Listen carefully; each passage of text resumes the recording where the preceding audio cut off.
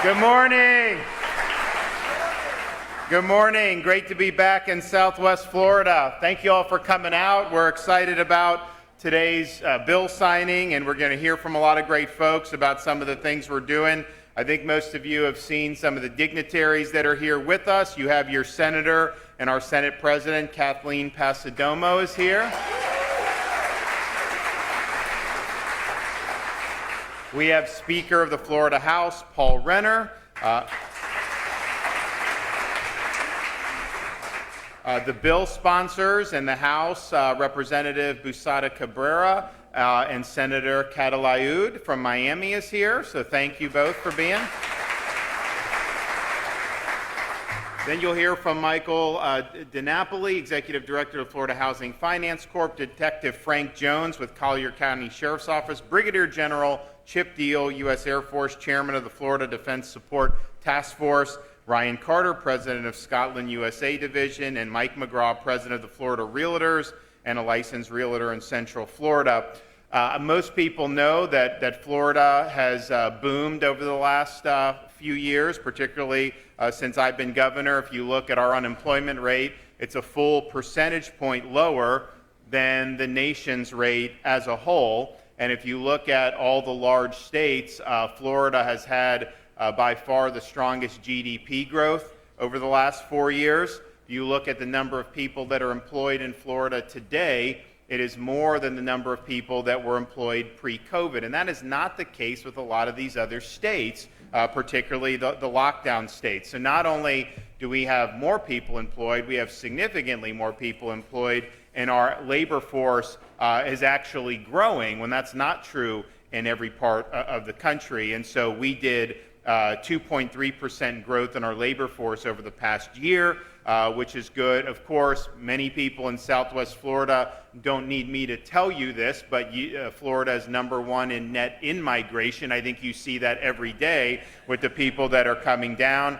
We're the nation's fastest growing state, and that's the first time Florida has been the fastest growing state in America since, I think, 1957. And if you think about it, when you're big, when we have over 22 million, it's hard to be fastest growing once you already are a big size, and yet we are. So I think that's saying something. If you look at a lot of the individual localities, we have 7 of the 10 fastest growing localities according to U.S. News and World Report, including places in Southwest Florida. We are, of course, fiscally in very, very good shape. We're going to be working with the legislature over the next few weeks on the budget, but every time they do budget estimates, they always revise up the amount of surplus that we're bringing in every month, and that's with us cutting taxes. So we ended last year with the largest budget surplus in Florida history. This year, we're going to do over $2 billion in tax relief, which will be by far the largest in Florida history.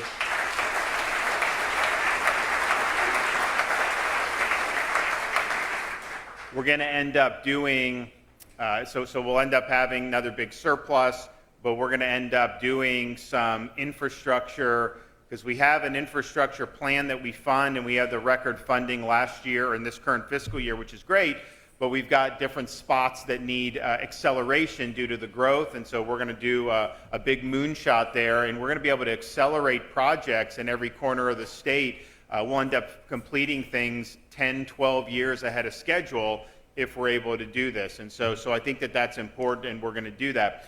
Florida ranks, I think, #2 in the country for lowest state per capita tax burden, and we're #2 in the country for lowest per capita debt burden. Our debt, our economy in Florida is over $1 trillion. Our debt's about $20 billion. So compare that debt to GDP ratio to the federal government's debt to GDP ratio, and much different story there.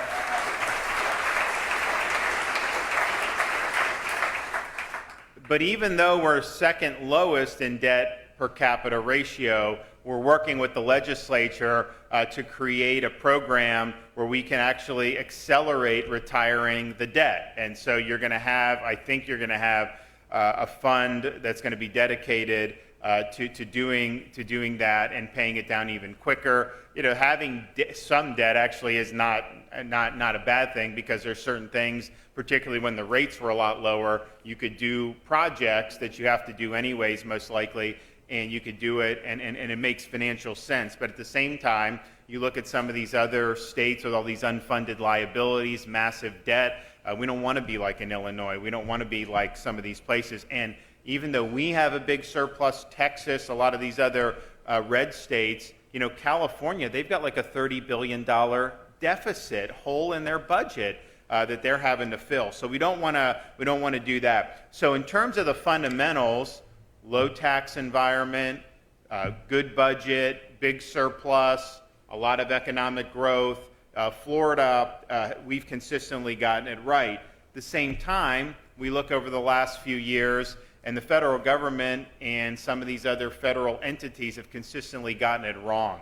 If you look at what they've done with the Congress, they've put trillions and trillions of dollars of fiscal stimulus into the economy that was way beyond what was appropriate, and that has sparked big inflation throughout our country. You also have the Federal Reserve. They put rates to zero. They started printing all this money. I mean, they've printed trillions and trillions of dollars, so they're printing money. That obviously is going to create inflationary pressures. And so people were saying that this was what was going to happen. They didn't want to listen. And so you had inflation start to percolate. And what they said was, well, it's transitory. Don't worry about it. And so inflation started getting worse and worse. They got behind the ball. So then what does the Fed do, Jerome Powell? They start hiking rates very rapidly, and that's causing dislocations in the banking sector. It's causing individuals to suffer just because they took their eye off the ball and didn't know what they were doing. And I think the Fed has done a horrible job over these last few years, and they really are creating potential significant turmoil in the economy going forward. I mean, think about what they did. For all of 2022, they were hiking rates, taking money out of the economy because there was too much money that had been printed. And so they're doing that, and that obviously causes problems because they didn't do it, they didn't handle it appropriately. But then what have they done in like the last month? They're bailing out banks like Silicon Valley Bank. And so they took money out of the economy, and they've already printed more money just in the last week or in the last couple weeks. So all that they did for last year and all the problems that caused, they've already erased half of the money that they took out by printing more money. And I can tell you, the Silicon Valley Bank, these were people that were very connected to a lot of the policymakers in Washington. I can tell you, if this was some bank in the Midwest that serviced farmers, they would never have bailed it out. That's just not what would have happened. And so they're creating, I think, a lot of perverse incentives. And here's the thing. You can't just do policies like we've seen over the past few years and think that somehow nobody's going to have to pay the piper. Somebody's going to have to pay the piper. You can't just print money out of thin air like they did and expect that it's all going to be hunky-dory. And so they're finding that out now. There's been a lot of fiscal and monetary mismanagement. But the reality is that the people who, in these banks that are getting the bailouts, they're basically being protected from some of the policy choices they made, some of the policy choices the Fed are making. The average American, though, is not getting any type of protection on that. I mean, you're now looking at, if you want to purchase a home and look at the interest rates compared to what they were 2 or 3 years ago, you're talking about way, way more expensive to be able to do that. That's a big, big problem. So one of the things that we wanted to work on in Florida, and really Senator Passidomo was the leader on this, is to say, okay, what can we do to be able to make an impact on people who are suffering under this Biden inflation? And some of the things we did on the tax we think are very good. I mean, we did a 50% reduction in tolls for our commuters for 2023. We're going to do things like eliminate sales tax on all baby items, so diapers, wipes, cribs, clothes, all that to help families. And we're doing other things to make things a little bit more easy for people when you're having to deal with this. But one of the things that's been really tough for folks is the housing costs, because you're in a situation where inflation is driving everything up, period. But then when they're building new things, and we saw this in our budget in Florida, we would have projects in the budget in 2021 thinking that we funded something. And then the next year I come back and they're asking to put more money in for the same project. I go, wait a minute, we funded that. No, the costs have gone up 50, 60% in some cases. And so you're having to put more money in. So we've had to do that. And I think it's a lesson, because Biden, they've spent so much money and they act like somehow we're benefiting. Oh, we have money for infrastructure, all this other stuff. But just keep in mind, most of the money that is being sloshed around is getting canceled out by the rising costs anyways. So if a project would have cost $100 million 3 years ago, and you give me $100 million, but it's now gone up significantly, you know, how much are you really getting ahead at that point? And so we're seeing that over and over again, and that's part of the issue. And then now, of course, with the housing, with the interest rates, you know, that has a huge problem for affordability as well. So being able to have folks who are teachers, police officers, firefighters, all these important things, you can't do it if they have to drive an hour and a half just to get to work every day. I mean, we want people to be able to live in the community where they're working. And so last year, we did a program called the Hometown Heroes program.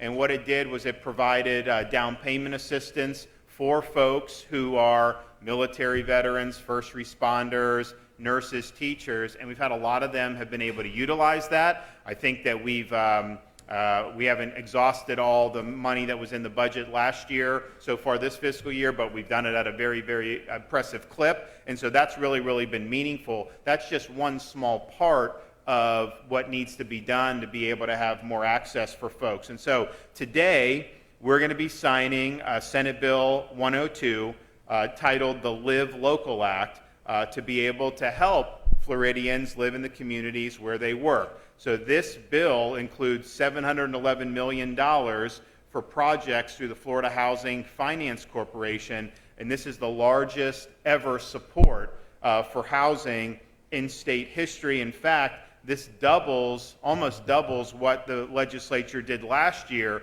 which was already at a 15-year high. So some of the things that the bill does is there'll be $100 million for a second year of Hometown Heroes program for the down payment and closing cost assistance to hometown heroes wanting to purchase their first home. And as I mentioned, of the $100 million last year, the vast majority has been obligated. I think it's about $72 million. And I think that this has been something that's been very popular with military veterans, in particular, also very popular with police officers.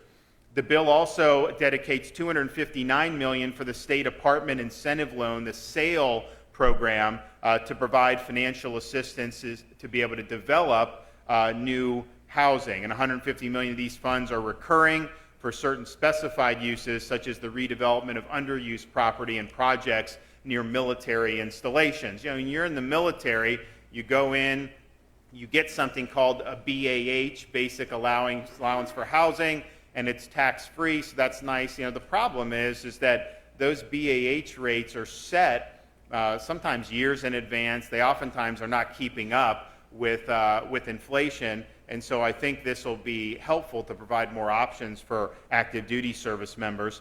$252 million for the SHIP program, and this works with local governments to be able to create partnerships to produce more housing units in the state of Florida. And then finally, $100 million for Florida Housing and Finance Corp to implement a loan program to alleviate inflation-related cost increases for previously approved projects. And this is a huge, huge issue. Projects that were agreed to a couple years ago, the cost has just gone up dramatically, and sometimes you're in a situation where you got to hold these people accountable because the overruns are through mismanagement. In this situation, the reality is it's just much more expensive to get a lot of the materials than it was just a couple years ago, and so this program recognizes that and tries to help doing that. The bill also creates a $5,000 refund for sales tax on building materials for these workforce housing units when they're done through Florida Housing and Finance Corporation. And these will be things that people can use right now, which is really, really good.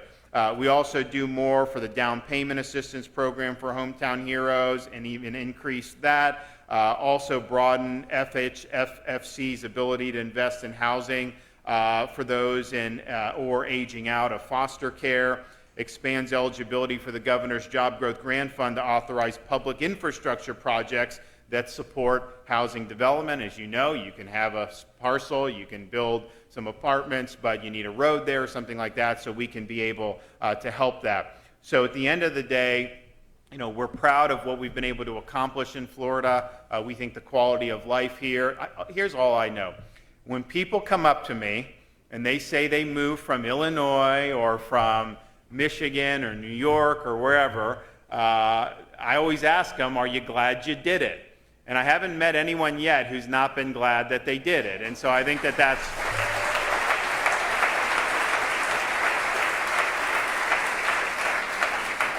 So I think that's a testament that it's a great quality of life here, particularly this time of year in Southwest Florida.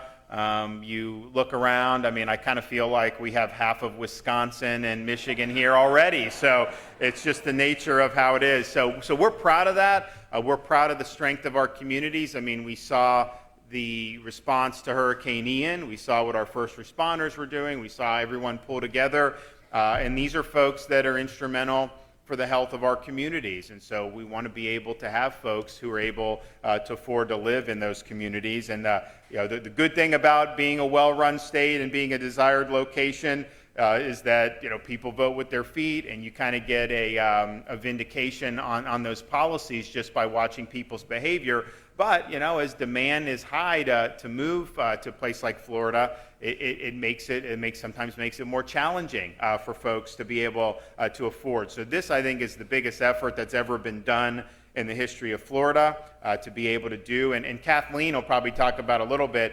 Some of it is trying to get creative about how you're doing things. For example, like you have different commercial areas. There's nothing saying that you shouldn't be able to maybe have some apartments like on top of some of these businesses. They do that in different parts, and it's something that is an option to be able to do. So trying to utilize some of the commercial space and be able to have maybe a valve to have some housing supply. There's some creative things in the legislation which I think will make a big difference. So we're proud of the free state of Florida. We're thankful that so many people have set their sights on being here and working here and raising families here, retiring here. It runs the gamut, and we're proud of that. We got to make sure that our infrastructure and our housing supply are able to sustain this growth. And here's the thing, I'm not even asking anybody to move. You'll have some governors who will beg people to move to their states. I don't do that. I'm just sitting here, we're just living the dream, doing what we do, but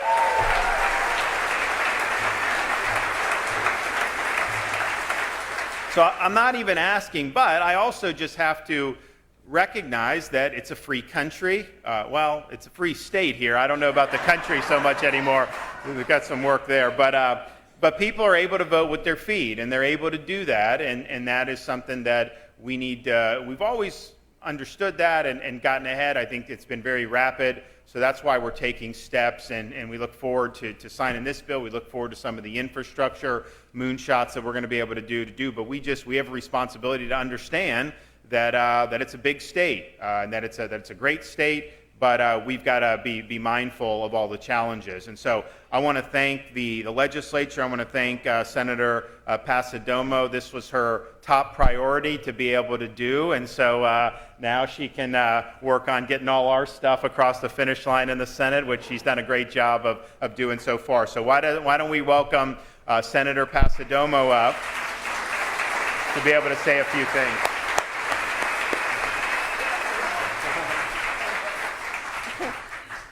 I just said to him, "You're on a roll, aren't you?"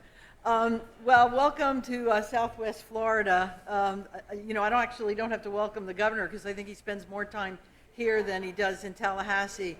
Has been, right? I think if he could, he would single-handedly build the Sanibel Bridge by himself.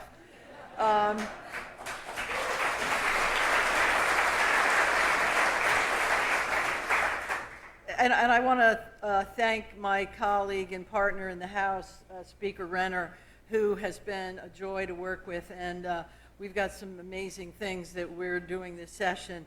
And our two bill sponsors, Representatives Demi Busada Cabrera and Alexis Claudiud, who worked so hard to get this bill across the finish line, although I was like behind there, do this, tell them what to do all the time. When I moved to Naples 43 years ago, the community was talking about the lack of housing for our workers. It was a problem then, and it's a problem today in not just Southwest Florida, but the entire state of Florida. I've had so many conversations with the governor and the speaker about this bill that when they see me coming, they run. So once it's signed today, we can move on to other things. As the governor said, the free state of Florida has attracted so many new people to move here, and that has just exacerbated the problem.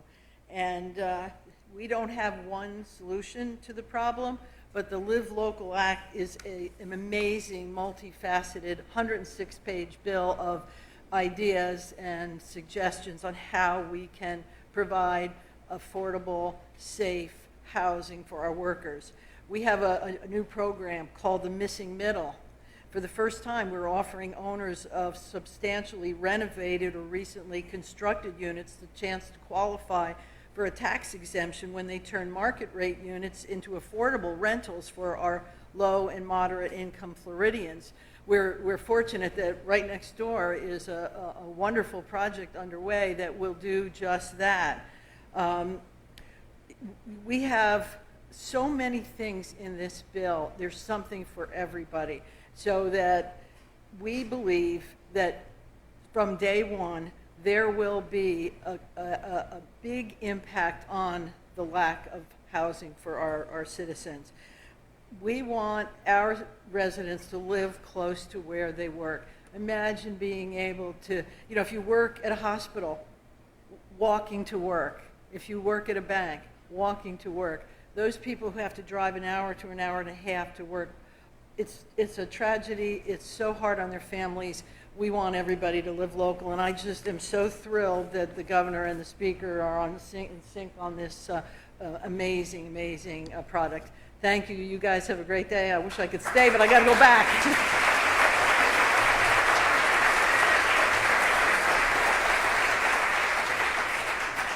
And I don't know if you said this, but it passed 40-0 in the Senate, right? Okay. All right, Speaker Paul Renner.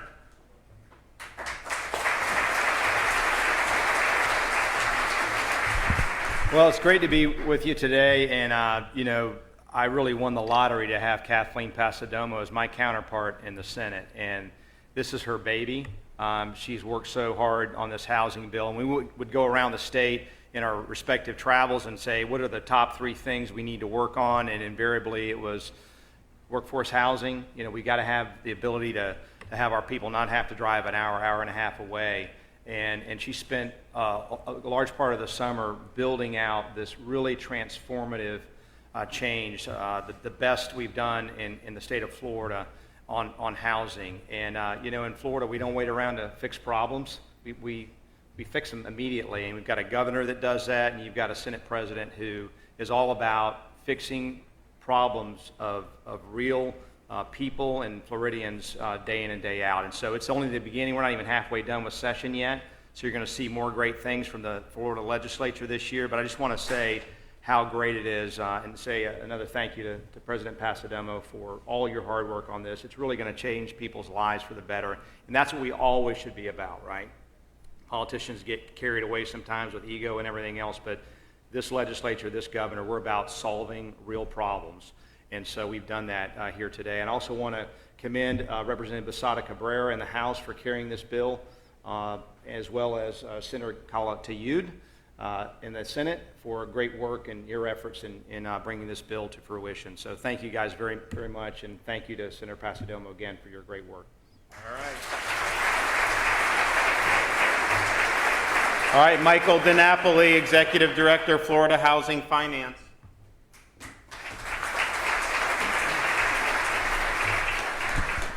Thank you, Governor. It's wonderful to be here.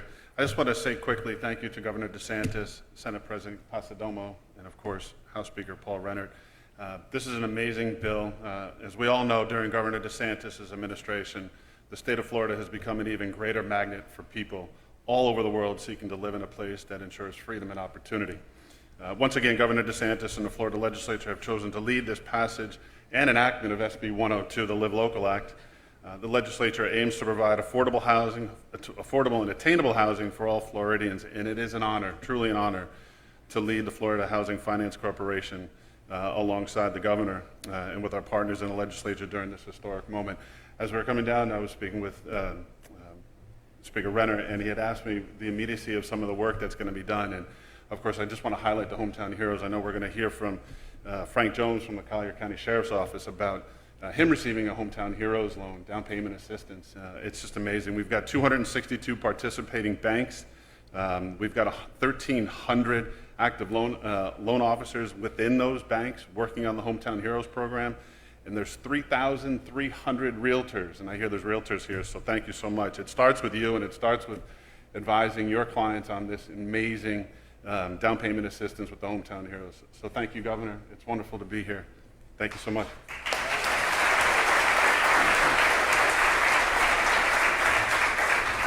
Okay, Detective Frank Jones, Collier County Sheriff's Office.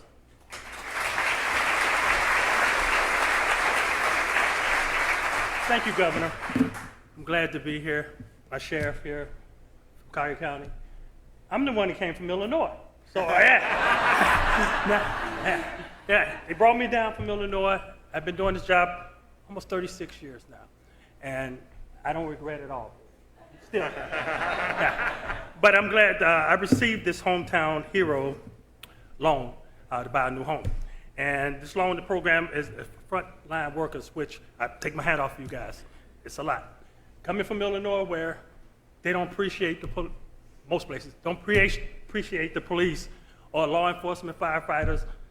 Here, you guys love them. And I go to places and I see people, and people say thank you, and I'm looking around, thank you, what I do? And they just say thank you for your service. And that honestly, they bring water to my eye. And when I see they teach the little kids, the small ones, they saying the same thing. That's appreciated. And I appreciate you, Governor. And because of this program,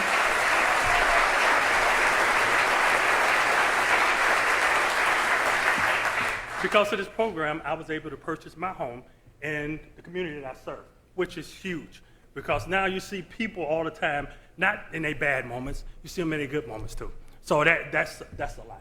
So that's all I want to say. And I want to thank the legislature. Thank you, guys. And thank you, Governor.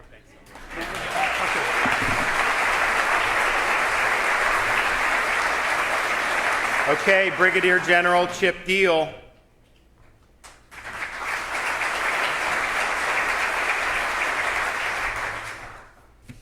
Thank you, Governor. And as always, I'm honored to fly your wing today and for always. Sir, you and I know, along with 1.5 million veterans that are here in Florida, along with thousands of active duty, I will add the National Guard and the Reserves and our Coast Guard. We know the pride we revere in serving our nation. And in fact, sir, my son comes back tomorrow. He's serving in the Air Force right now, and he comes back to Florida tomorrow.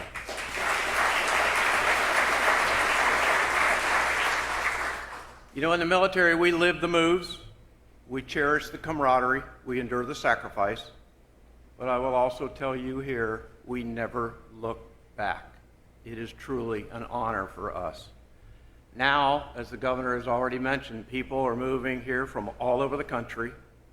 Sir, the success that you mentioned on our economic front, the quality of life, our location, but here on behalf of our military, I would also like to add that it's the freedom that we enjoy in Florida due to you, Governor, our champion, that I just wanted to thank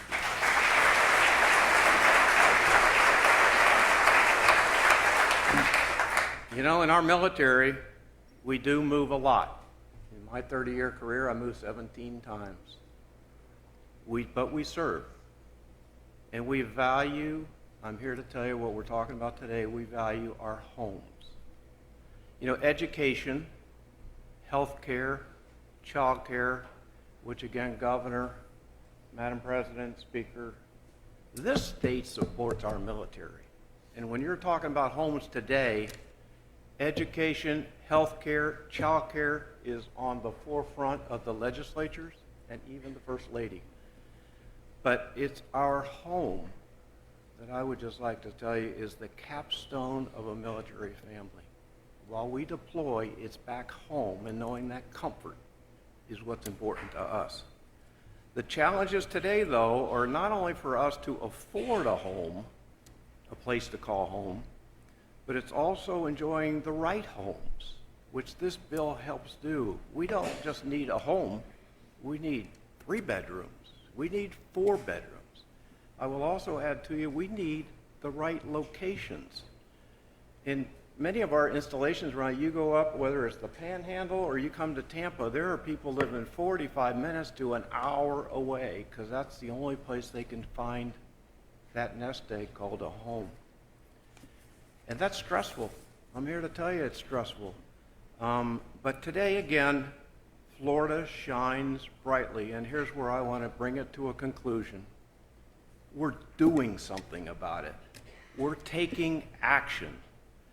And that's where I want to, again, salute the governor, the legislature for doing this. Here's some of the highlights that I bring. You've already heard about them. The SAIL program, which stands for State Apartment Incentive Loans, providing quality housing developers the direct support they need for construction and more multi-family homes closer to our military installations. That's big for us. The Hometown Heroes program that you've heard, supporting the down payment and closing assistance. The governor mentioned BAH. BAH does not go up like the normal inflation. It is steady. It's usually a 10-year increment. It's steady. So again, the Hometown Heroes, those down payments, closing assistance, active duty, veterans, again, I'm talking 1.5 million veterans, so that they can help in their moves to Florida. Foremost, my last point, these actions today, this legislation goes into effect when he signs that bill. That money he mentioned is going to be in the bank for us, all of us, in a couple weeks. Again, this is the action we're getting from the leadership. Governor, the legislation, your leadership, and now the aggressiveness of the legislature, as I mentioned, is a major leap forward in the arena called housing. As you have mentioned, it is a moonshot, for which we salute you, and from our hearts, all the military, I'd just like to say thank you. And for all of us, this is why Florida is the most pro-military state in the nation, and under this governor's leadership, it always will be. Thank you.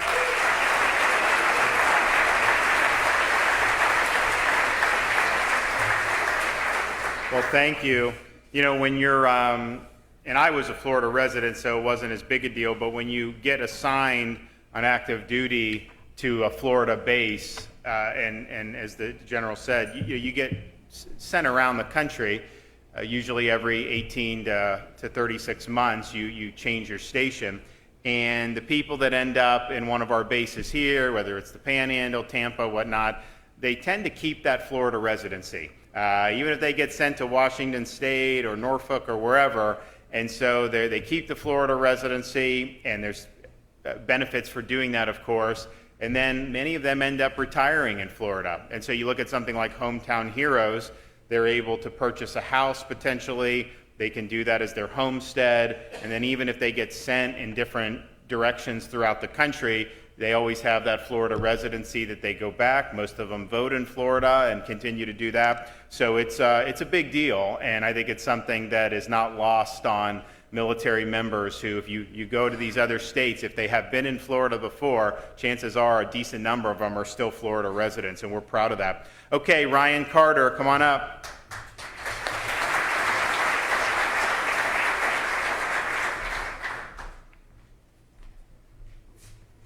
All right. I just want to thank you, Governor, for having me, and I have some great members of my team and my beautiful wife, Amy, here.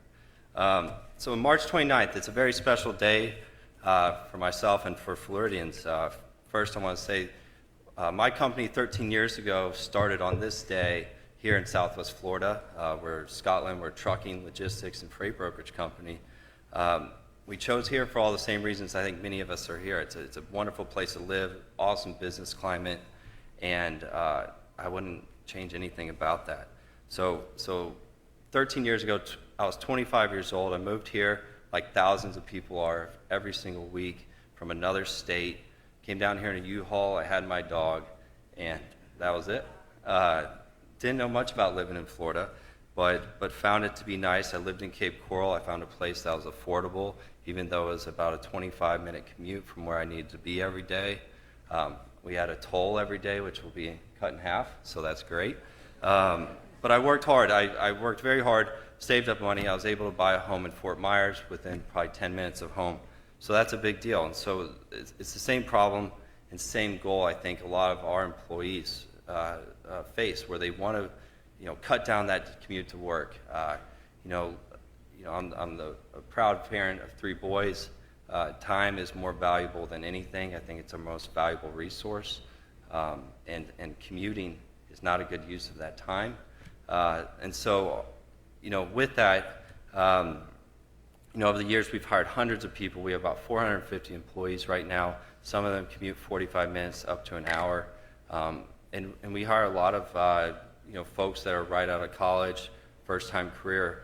And you don't have the luxury of living anywhere you want. And so the last 5 years, that's become a major challenge. And so I'll get to that. And so this year, we're looking to hire 200 people to service about $800 million in sales that we've been able to do this year here in Southwest Florida.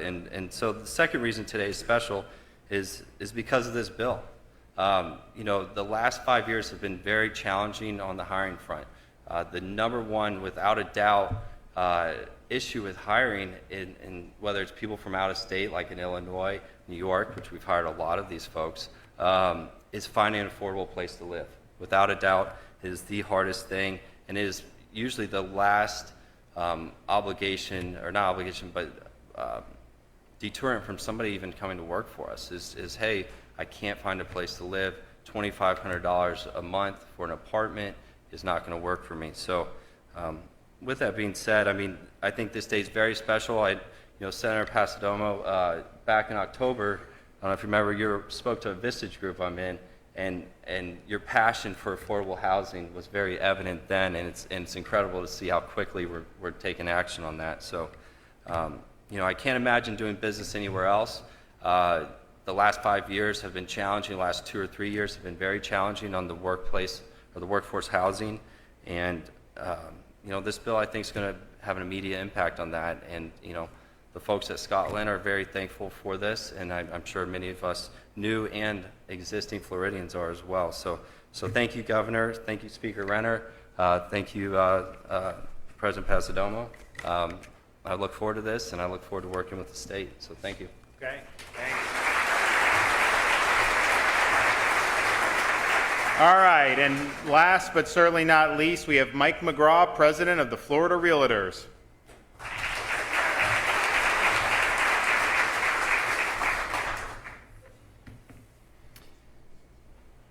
At more than 238,000 members strong, Florida Realtors serves as the voice of real estate and for private property rights in Florida. And we believe in home ownership. We're excited to be here today to help celebrate this historic moment for housing, a moment that would not be possible without the leadership of Governor DeSantis and his tireless efforts to make Florida the success that it is. The Live Local Act does so many amazing things. It expands eligibility requirements and invests more than an additional $100 million into Hometown Heroes. The housing program that as of January 30th has already helped 3,582 hardworking Floridians purchase their first home. It incentivizes builders and owners in a variety of ways to increase housing inventory throughout the entire state. And it invests more than $500 million into proven ship and sale programs that put Floridians in homes. Thank you, President Passidomo, for the long hours you spent gathering feedback and creating this historic bill. Thank you.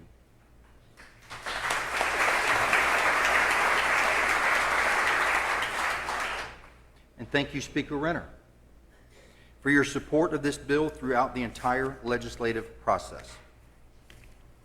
And thank you, Governor DeSantis, for being a champion for housing, a champion for freedom, and since your very first day in office, a champion for the state of Florida.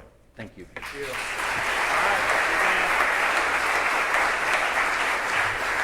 We're gonna get everybody up and do it. Okay, John Hancock is incoming on this. All right. What are you guys doing? Good to see you. Yeah. Of course. All right. You want one of these pens for this? Yes, I do. Okay. All right. Who else we got coming up? All right. We got police, fire. Good. All right. So today is the 29th.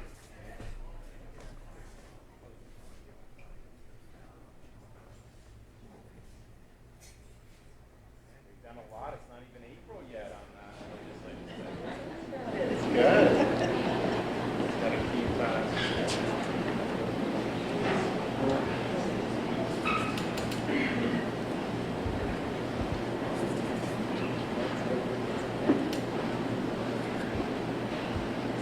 All right. There we go. There you go.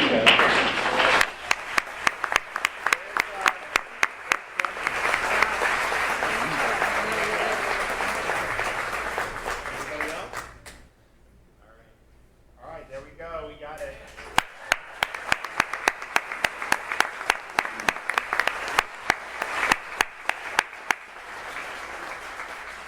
Okay, good stuff. Thanks, guys. Appreciate it. We're going this way?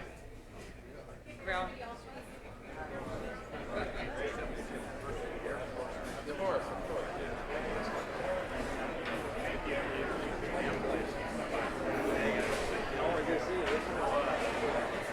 Are we going? Do we have any questions?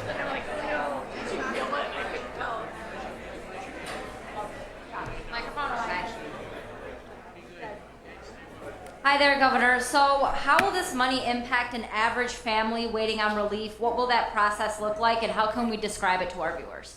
Well, I think there's a lot of opportunities, and so you heard a lot about the Hometown Heroes. So for first-time home buyers, nurses, police officers, military members, veterans, all that, you're going to be able to get support for closing costs and down payment. The cap has actually gone up to now $35,000, and so that's a huge bridge to be able to afford, especially when you see with interest rates being higher. And then I think the other thing that it does very well is, there's really now good financial incentives to increase the supply of housing. I mean, look, at the end of the day, it's supply and demand. The prices are going to go up when there's inflation, which has happened, but also when their demand exceeds supply. And so you now have incentives to bring more housing stock into the market. So if you're somebody that's in our workforce and you're working at a restaurant or you're working at a hospital or something, and you want to work somewhere close to where you live, not have to commute an hour,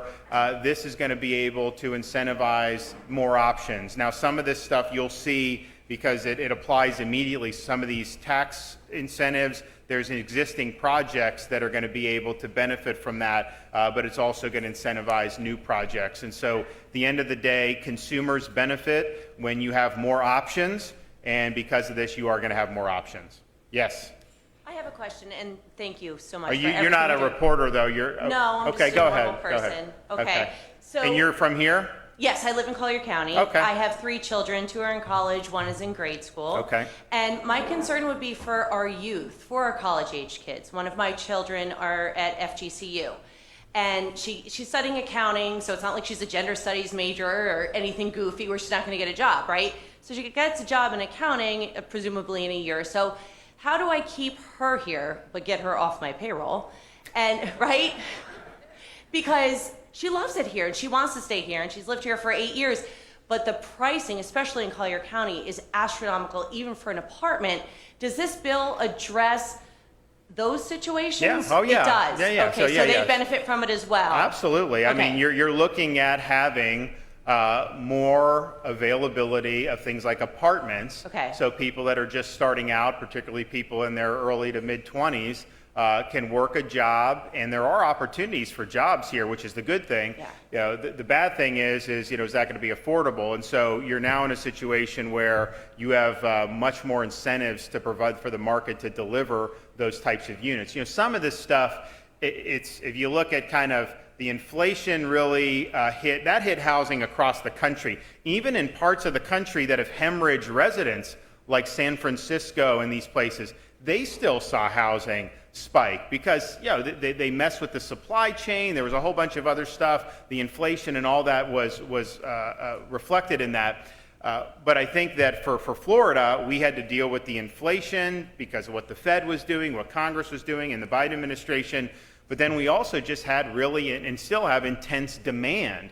And so our demand, unlike a San Francisco where the demand went down because people are leaving, our demand is higher, people go up. So that just adds to the upward pressure as well. So I'd like to see them get inflation under control. That would help with housing and everything, of course. And it's not just housing costs when you look at cost of living.